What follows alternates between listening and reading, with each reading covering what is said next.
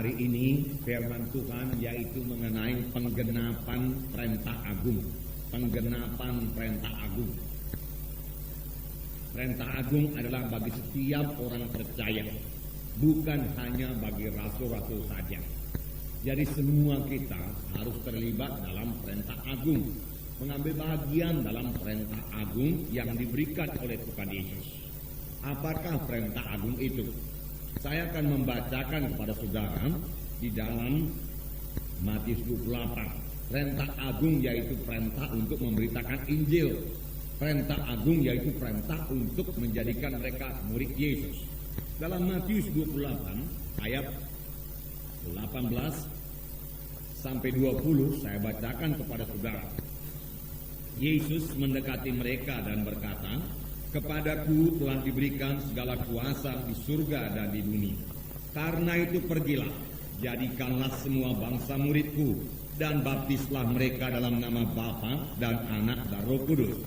Dan ajarlah mereka melakukan segala sesuatu yang telah kuperintahkan kepadamu.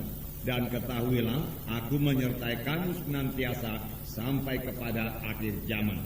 Markus 16 ayat 15 dan 16.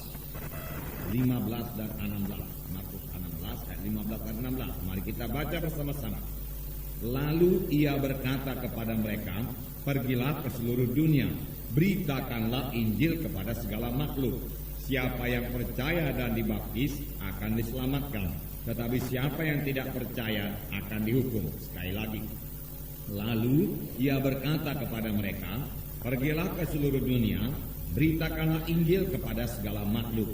Siapa yang percaya dan dibaptis akan diselamatkan, tetapi siapa yang tidak percaya akan dihukum." Nah, inilah perintah Tuhan Yesus. Selalu kita sebut dengan perintah agung bagi gereja, bagi setiap anak-anak Tuhan, berarti bagi saudara dan bagi saya. Nah, perintah Tuhan Yesus ini dapat dibagi dalam 4 bagian besar. Pertama, beritakanlah Injil. Beritakanlah Injil kepada segala makhluk.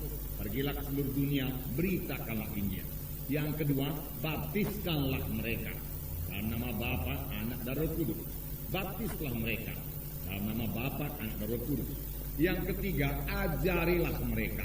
Ajarlah mereka menurut segala sesuatu yang telah kuperintahkan kepadamu. Jadi dalam perintah agung ini termasuk pengajaran. Kemudian yang keempat, jadikanlah mereka muridku. Dari sini kita mengerti, saudaraku, bahwasanya penginjilan saja tidak cukup, saudaraku. Dan juga kita mengerti bahwasanya kita yang sudah mendengarkan Injil saja dan diselamatkan juga tidak cukup.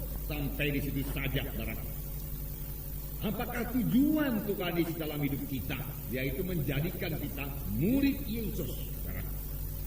Nah, setan sangat menghalangi, saudaraku, perintah agung ini. Bahkan dia mulai menghalangi, saudaraku, penginjilan. Bahkan, saudaraku, setan mulai menghalangi perintah Tuhan Yesus ini. Mulai daripada Tuhan Yesus lahir ke dunia ini, datang ke dunia ini. Setan berusaha membunuh Yesus. Pada waktu itu setan memakai Herodes. Herodes memberikan perintah membunuh semua anak-anak di Bethlehem yang usianya di bawah 2 tahun ke bawah. Maksudnya terutama yaitu untuk membunuh Yesus. Tetapi dengan pimpinan Tuhan, berarti Yesus luput daripada pembunuhan ini. Karena pada malam sebelum dibunuh itu, saudaraku, malaikat Tuhan berkata kepada Yusuf, "Bawalah bayi itu ke Mesir." Saudaraku, setan gagal, saudaraku, membunuh Yesus. Tetapi setan masih bekerja terus.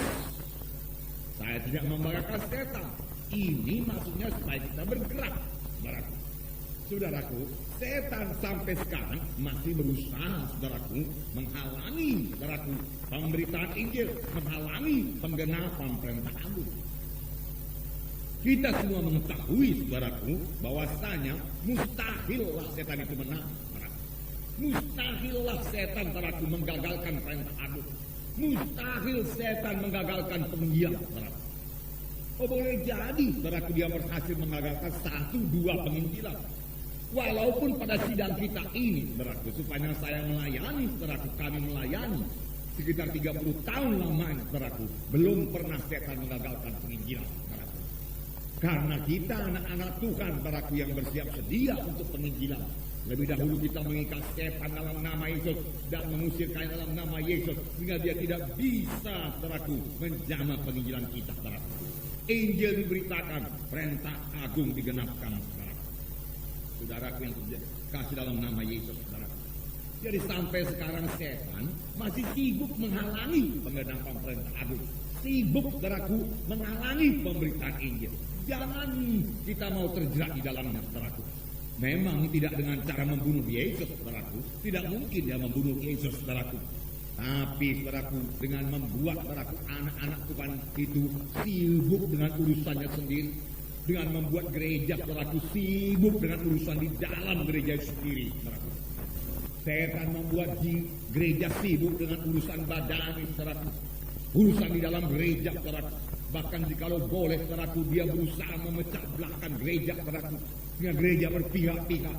Kalau sudah terjadi berpihak-pihak, saudaraku, akan ada pertentangan, akan ada sakit hati, dendam, amarah, dan itu menghilangkan kuasa Tuhan, menghilangkan hadirat Tuhan dari sidang tersebut, yang menyebabkan sidang itu menjadi lumpuh dan tidak bisa membawa Injil, saudaraku. Saudara yang kasih dalam nama Yesus, tetapi biarlah kita sadari sepenuhnya, saudara, pada saat ini perintah agung ini bagi kita semua, masing-masing kita anak-anak Tuhan, saudara. Bukan semua jadi pendeta, bukan semua jadi penginjil, saudaraku. Tidak, saudaraku.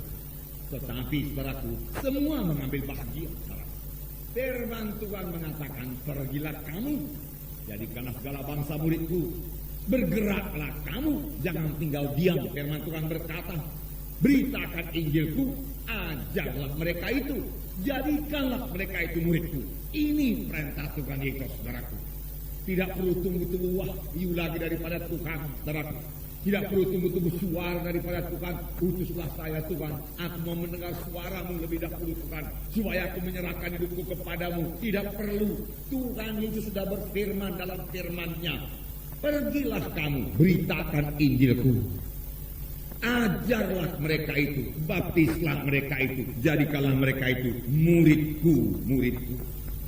Nah, saudara yang kasih dalam nama Yesus, memang bukan semua jadi pendeta, bukan semua jadi penginjil. Saudara boleh memulihkan jiwa-jiwa yang lebih muda dari saudara. Saudara bisa mengajari jiwa-jiwa yang baru lahir baru supaya dia tetap setia mengikut Tuhan, saudara. Itu termasuk penggenapan perintah agung, saudaraku. Saudara bisa mengajari jiwa-jiwa supaya dia membuangkan semua kuasa-kuasa kegelapannya. Karena kuasa kegelapan itu kekejian kepada Tuhan. Saudara bisa memberikan firman Tuhan mengenai ayat-ayat kesembuhan supaya jiwa-jiwa itu mengerti bahwasanya Tuhan suka dia sehat, Tuhan suka dia kuat, Tuhan mau menyembuhkan dia. Dengan demikian dia tahu pasti bahwasanya Tuhan mau menyembuhkan dia dan dia bisa berseru kepada Tuhan dengan iman, saudaraku. Karena sebelum kita mengetahui dengan pasti apa itu kehendak Tuhan, kita belum bisa berdoa dengan iman, saudaraku. Tetapi setelah kita mengetahui kehendak Tuhan dengan pasti, kita bisa minta dengan pasti dan percaya jawabannya juga pasti kita terima, saudaraku.